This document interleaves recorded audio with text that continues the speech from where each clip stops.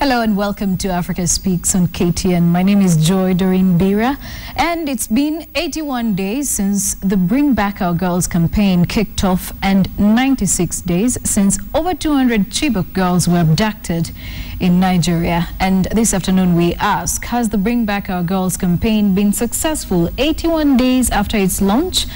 And what we saw yesterday were dozens of people who were feared dead after suspected Boko Haram Islamist gunmen attacked a town in northeast Nigeria. At least 18 bodies have been so far recovered from the attack, which lasted several hours, with the death toll expected to rise.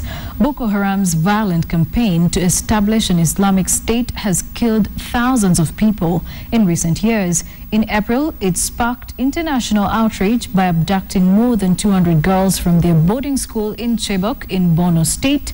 And like Damboa, Boko Haram, whose name means Western education is forbidden, has often targeted schools since it launched its insurgency in 2009. And joining me to talk about the campaign and also Boko Haram's motives is Joe Oladimeji, who is from the Nigerian Association in Kenya, and he's here to be talking to us about that. And hopefully we can get to speak to Jeff Okoroafo, who is the founder for Opinion Nigeria, who will be joining us hopefully via Skype. Well, thank you so much for joining us, Joe. Most welcome. Yeah, thank you very much. It's not good news that comes out of Nigeria, especially when it comes to the state of politics in Nigeria. Aside from maybe what we see in the entertainment world, on the other side or the other realm of Nigeria is just bad news. But well, welcome to the show. Thank you and very much. What do you think, first of all, about Boko Haram? Well, what I can say about Boko Haram is just a terror group. And you know, we live in a terrorized world today. Terrorism is actually not peculiar of African countries alone. It is everywhere in the whole wide world. But again, we in Africa, we must now come together to know the root cause of terrorism. It's not African. It's actually not African. But it is happening in our midst. It's happening in Nigeria, it's happening in Kenya. The issue of Boko Haram in Nigeria is a really, it's a very difficult situation. We can't say precisely what their motive or what their motives are. Nobody can say precisely, but I believe that there are people in position to say precisely what the problem is all about Boko Haram. But I would say it is just like any other terror group in the whole world. Right. Yeah. And when you say it's just like any other terror group, their motive seems to be different, because what we know is that Boko Haram in itself means that Western education is forbidden. And do you think that this is what they're trying to make Nigeria? They're trying to make Nigeria get away from Western education, like they call it, and get into what they think is the right way of education. Well, as well as I'm concerned, I really would not believe that what they're talking about Western education is actually their bone of contention. The people who are doing all this, they are doing it sophisticatedly. And without that same Western education, I am sure they wouldn't have been doing it the way they are doing it. So they have the education themselves, and they are preaching that it is not good, it's a wrong education. But I'm sure they are only hiding under that excuse. That is not the motive behind Boko Haram. Boko Haram, as a terror group, there are some things behind Boko Haram that is actually different from a Western education. They use sophisticated weapons. They get it from where? If not for the Western education, they wouldn't get it. All those. They use sophisticated motor vehicles. Yes. They use sophisticated equipment. And they are so, I'm sure they are so equipped. They are sophisticatedly equipped, still with the Western education. So I'm not really sure the motive behind Boko Haram is about Western education. All right. It's just an excuse. Okay, you come from Sunshine State in Nigeria, and I don't know if it's Christian dominated or it's Muslim dominated. How would you evaluate Sunshine State in Nigeria in terms of religious denominations? Where I come from, Sunshine State, is in the southwestern part of Nigeria. And it has always been actually very, very peaceful. We never had anything about, we never used to know the difference between a Muslim and a Christian. We never used to know that. And even up to today, the people in the southwestern part where I come from, they're hearing the news like you are hearing the news in Kenya. Nigeria is a continent in Africa. It's a very big country. It is happening in one part of Nigeria, especially in the northern part, where the Muslims dominate. So I can't really believe that the Muslims will be looking for fighting and killing themselves. Because the majority of the people that are dying, let me tell you sincerely, they are Muslims. Because most of the people in this region of Nigeria, more than 70% of them are Muslims. So if you are fighting, why do you have to kill yourself? They are killing themselves. The people who are dying, majority, are from that place. But where I come from, we don't have any religion problem. The Christians and the Muslims live together. We don't even know the difference. We celebrate Christmas together. We celebrate Eid and all. We celebrate all these things together. We do everything together. We intermarry as well. So I don't know, why the issue of religion is, I think the people who are behind this, they are only using that religion. I believe so. It is not really about, it's not a religion's problem, but I think they must start from somewhere. I believe there must be some historical injustices that has been there, and it is everywhere in Africa. Until our leaders come to be able, to come to terms with the root cause of problems that we have when it comes to terrorism and the rest of them, then we will still be dying. Look at what is happening in Central Africa. It's not about terror group. It's just very political and because of the leaders. Right. But the people who suffer are the innocent people like you and I. So this is the problem that we are facing in Africa today. Because whatever affects Nigeria affects the whole of Africa. All right. Do you think that the motive for, continuously killing people and Nigeria continues to lose lives is because the head of state in Nigeria is Christian? No. You see, one thing also I would like the world to know. Nigeria is a secular state. Nigeria do not care who becomes president. We don't attach any importance on presidency in Nigeria. Whoever becomes president in Nigeria, so be it. I support Jonathan. I'm drawing support for his second term. I'm not from his place. We don't speak the same language. Yes. But I still support him because I believe that, well, he's doing his best. And, the time comes and it goes. Let's give him a chance, allow him to. It's not because he's there, because somebody have to be there. And the person who was there before him was from the northern part of Nigeria. And if you look at our history, from the time that we started, we embraced fully democracy, our presidency has been very rotational. When it comes from the north, the next one comes from the south. Right. When the one comes from the south, the next one comes from the north. So I don't think they should be fighting and killing innocent people just because Jonathan is a Christian. No. Obasanjo was a Christian. He ruled Nigeria, he was president for 80 years. And the issue of Boko Haram did not start with Jonathan. It started a long time ago, before Jonathan became president of Nigeria. So that is what we need to understand. So from 2009, since they launched their so-called agenda, yes, or insurgency in this case, yes, have we really realized, has the government's fight to end Boko Haram's insurgency been successful? Because what we're seeing is a situation that is going from bad to worse. Let me tell you one thing, my dear. You see, somebody who is after you is different from somebody you are after. The Boko Haram is after destruction and after Nigerians, isn't it? So they can come in many ways. The government is doing everything possible to fight them. Yes. But the people that you are fighting, you are not even seeing them. It's so difficult. You only see them, you only hear about them when they come and cause a lot of havoc. And they do it and they disappear.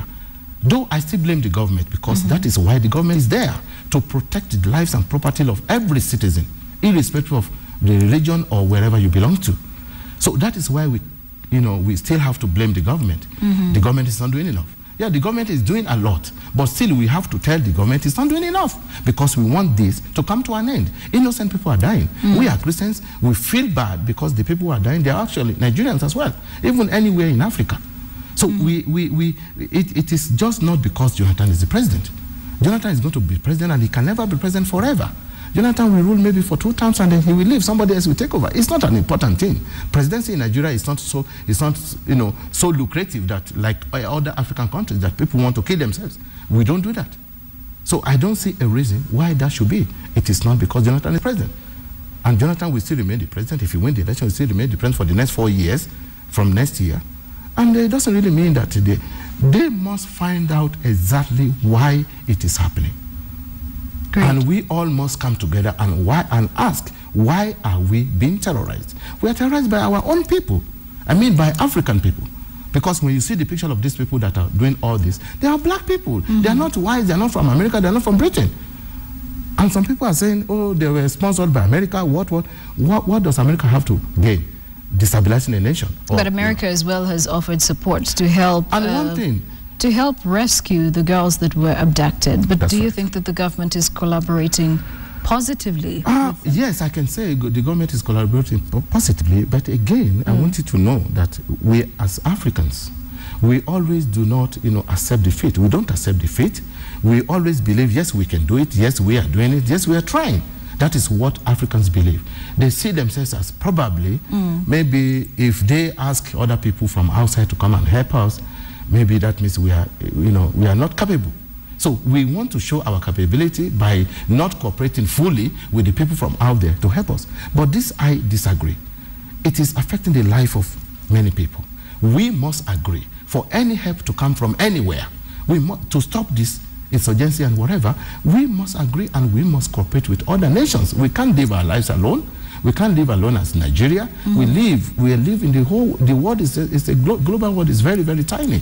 And we must be able to render one help or the other when it comes to people's lives.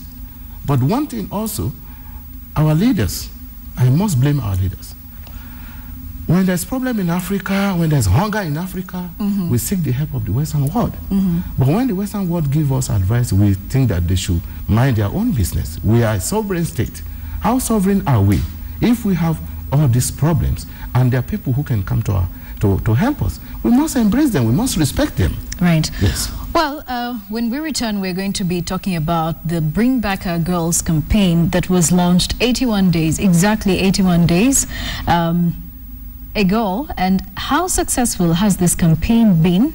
And Joe is actually going to be sharing his views on that campaign as well, and we'll also be listening from one of the parents and what she thinks about the government's efforts in trying to rescue these girls who went missing or who were abducted in April, mid-April. That was about the 14th of April. We are also evaluating the success of the Bring Back Our Girls campaign. And in your opinion, do you think it has been successful? Some people here are saying that it's only about storytelling, but would now like to hear from one of the parents of the girls who was abducted and what she thinks about the government's efforts in trying to rescue her daughter and the other girls who remain missing up until today. Let's take a look. If the governments are really to help us, really, they know what to do themselves. If as if it's their own children that is missing, will they continue to stay like that? What's part of it is that some people are saying that it's not true, our girls are not kidnapped. How about those people that are saying that? Are they not human beings? Are they not mothers? Are they not fathers? They don't have children at home? Right, and Chino questions the government. What if it was one of their children?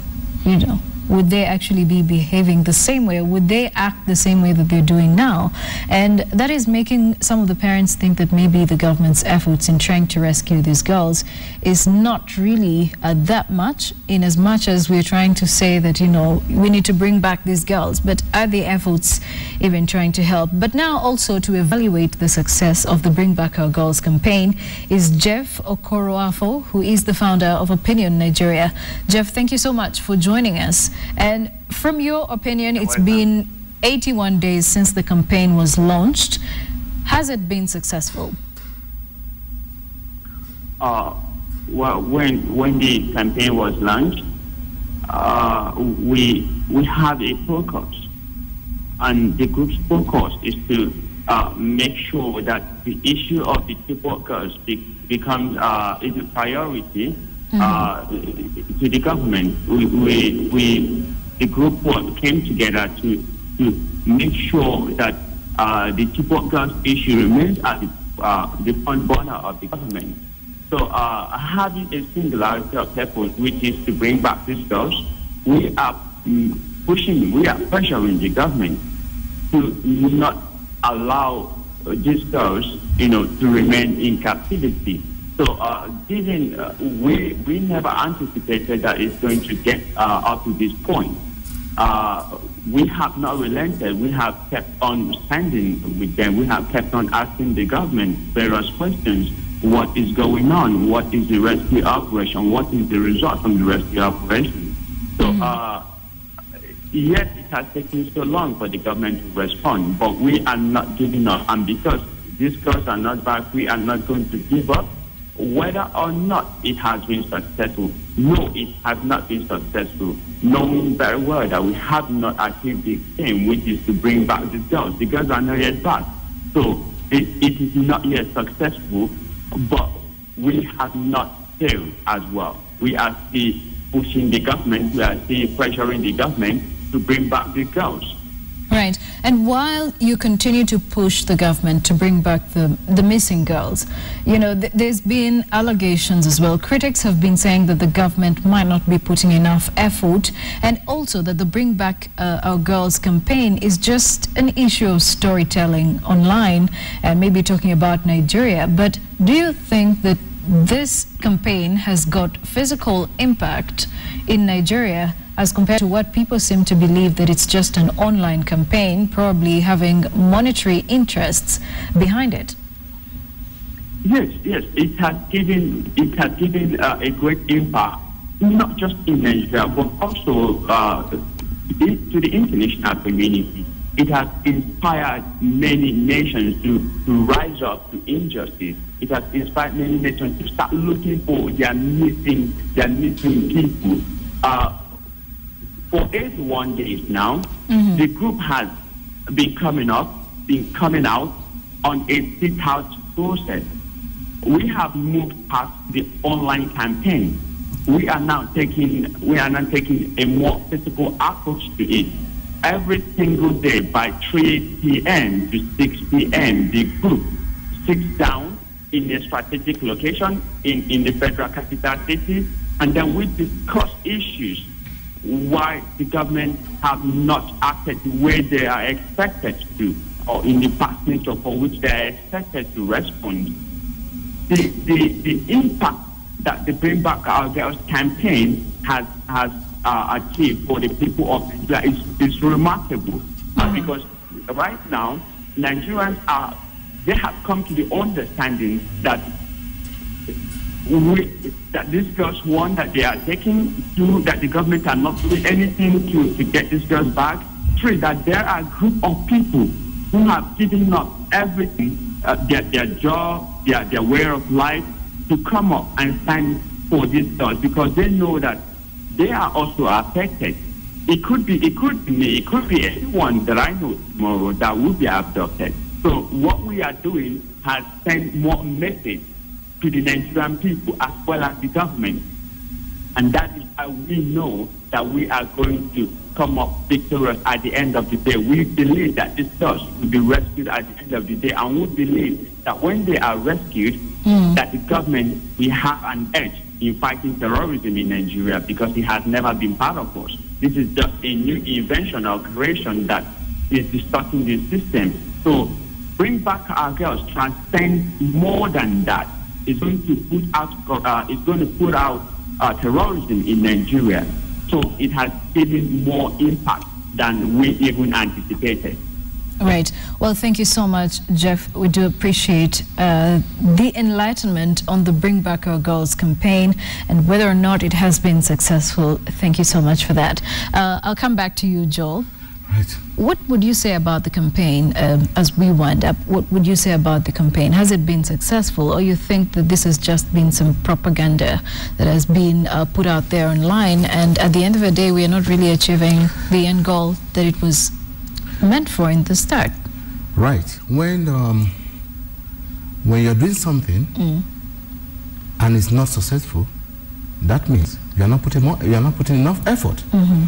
So I can tell you sincerely, you know, in support of what Jeff have just said. I was in Abuja. I just came back the other day. Yes. I saw it for myself. We're talking about Nigeria. We're talking about all the things that are happening there. Some part of Nigeria just also hearing it just like you are hearing it in Kenya and other part of Africa, or anywhere in the world. They don't even know exactly what it is. Some people don't even know about Boko Haram. So I can tell you sincerely that the government, the issue of the campaign is not a successful campaign. There is no, you know, it's not, you know, making any impact at all. But the problem also is here, there was a time when people trooped out and had a protest all over, but the people who were protesting were also being arrested by the police. You see, this is why it is so bitter when we have problems and we are out there to voice out the problem that we have.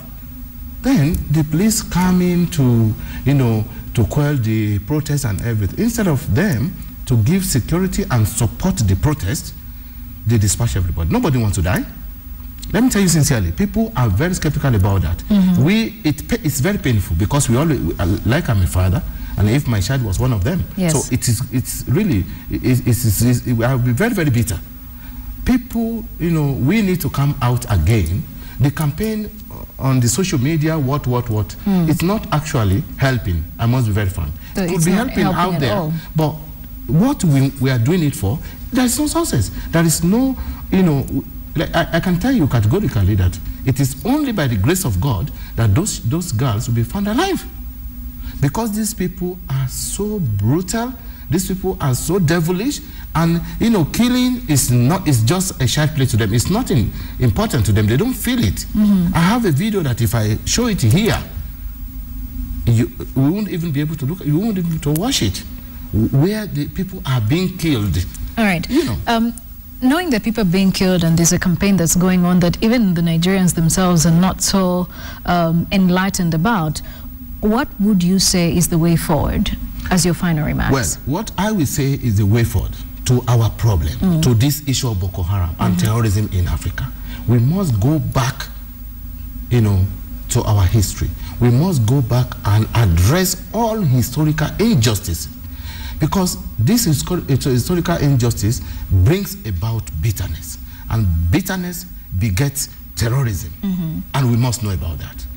So we must think about this. We must be able to dialogue. We must come together and, you know, what is the root cause? Why is this person bitter? Right. You know, the children that have been there, probably the Boko Haram or the people who are the Boko Haram people might be expecting the Nigerian government to come and dialogue with them and talk to them, but it is affecting the life of people. So the government should arrange and do that. We must swallow our pride. All right, swallow our pride, indeed. You know, and like you said, bitterness begets terrorism. Yes. And maybe that is where dialogue, like you said, needs to come in. But well, I'll just wind up with one tweet here. Abel Momanyi is saying there must be an ulterior motive behind the missing girls, and I don't know whether or not that has any factual information. But Jeff Okoroafo as well, who is interacting with a lot of people on Twitter, is saying, look around, every country in the world today have a touch of both religions, and so the motive of Boko Haram might not exactly be known. The conversation continues online under the hashtag #BringBackOurGirls or Africa Speaks. My Twitter handle @JoyDorinBira. Keep those opinions coming in, and let's share more and see whether or not there is a way forward in trying to end what is going on in Nigeria with Boko Haram's insurgency. And well, for now, we'll say good afternoon, and until next Saturday, God bless you.